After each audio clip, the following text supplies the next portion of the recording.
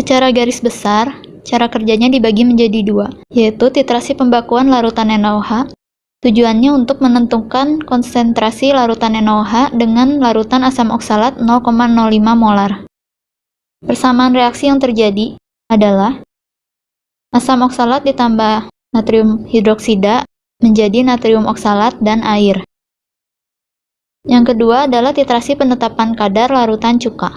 Tujuannya untuk menentukan kadar asam asetat dalam larutan cuka dapur merek Dixie. Reaksi yang terjadi adalah asam asetat ditambah natrium hidroksida menjadi natrium asetat dan air. Penjelasan lebih lanjut tentang cara kerja. 1. Isi buret dengan larutan NaOH. Sebelum mengisi buret dengan larutan NaOH, pastikan buret tertutup dalam posisi keran melintang.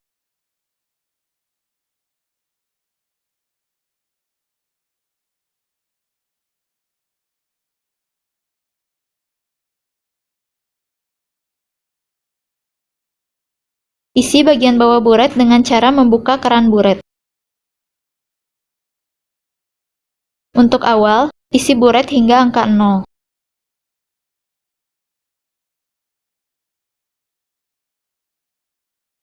Jangan lupa untuk menggunakan meniskus bawah.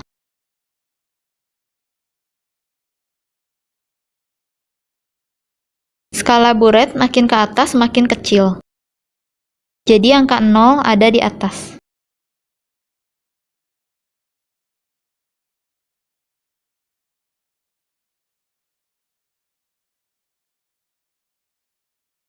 Yang kedua, isi Erlenmeyer dengan larutan yang akan dititrasi. Untuk pembakuan, Erlenmeyer diisi dengan larutan asam oksalat 0,05 molar. Kita akan menggunakan pipet gondok atau pipet seukuran. Disebut pipet gondok karena ada gondok di tengahnya. Dan sering disebut juga pipet seukuran, karena pipet ini hanya bisa digunakan sesuai ukurannya. Jadi kalau kita mau memipet 10 mili, kita akan gunakan pipet gondok yang ukurannya 10 mili. Kalau kita mau memipet 5 mili, apakah kita bisa pakai pipet yang ukurannya 10 mili? Tentu tidak bisa. Nah, untuk praktikum kali ini, kita akan menggunakan pipet 10 mili. Ini adalah pipet filler. Di pipet filler ini, ada huruf A, S, dan E. Cara pakai pipet filler adalah sebagai berikut. Udara di dalam filler dikeluarkan dengan cara menekan huruf A berbarengan dengan menekan filler. Hisap cairannya melebihi tanda tera dengan menekan huruf S. Turunkan sampai tanda tera dengan menekan huruf E. Gunakan meniskus bawah. Lalu lanjutkan dengan menurunkan semua cairannya ke Erlenmeyer. Tambahkan 2 tetes fenolftalin. Perhatikan warna fenolftalin dan warna larutan setelah ditambahkan fenolftalin. Yang ketiga, titrasi pembakuan larutan baku sekunder untuk menentukan konsentrasi larutan NaOH. Larutan asam oksalat ditambah fenolftalin dengan larutan NaOH. Perhatikan isi buret. Catat volume sebagai pembacaan awal. Titrasi larutan baku primer asam oksalat dan fenolftalin dengan larutan baku sekunder NaOH. Dititrasi sampai terjadi perubahan warna. Dalam titrasi, perhatikan bahwa larutan dalam buret dikeluarkan tetes demi tetes secara konstan.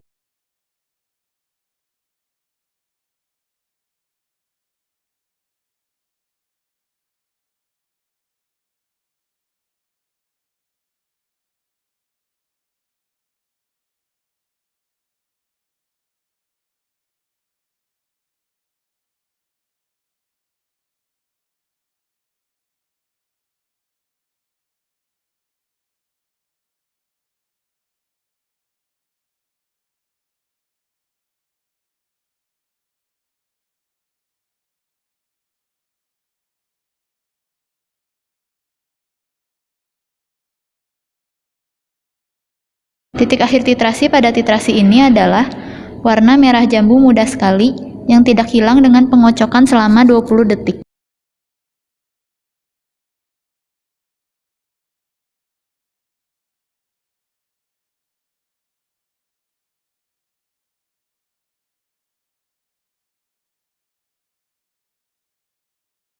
Setelah itu perhatikan isi buret. Baca buret sebagai pembacaan akhir. Maka kita bisa menentukan pemakaian larutan NaOH untuk titrasi ke-1 yaitu pembacaan akhir dikurangi pembacaan awal. Selanjutnya, lakukan kembali titrasi pembakuan kedua dan ketiga. Perhatikan data titrasi pembakuan kedua dan ketiga.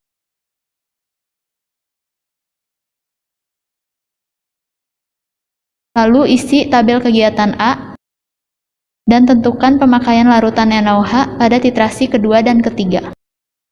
Kemudian, hitunglah rata-rata pemakaian larutan NaOH. Selesaikan perhitungan untuk menentukan konsentrasi larutan baku sekunder NaOH. Yang keempat, titrasi penetapan kadar cuka dapur diksi dengan menggunakan larutan baku sekunder NaOH. Setelah mendapatkan konsentrasi larutan baku sekunder NaOH dari titrasi pembakuan, maka selanjutnya kita akan melakukan titrasi penetapan kadar cuka dapur diksi. Ambil cuka dapur 1:50 dengan pipet gondok 10 ml. Lalu masukkan ke dalam Erlenmeyer, tambahkan 2 tetes PP, lalu titrasi dengan larutan baku sekunder NaOH. Titrasi sampai mengalami perubahan warna atau titik akhir titrasinya merah jambu muda sekali. Berikut ini data titrasi penetapan kadar cuka diksi.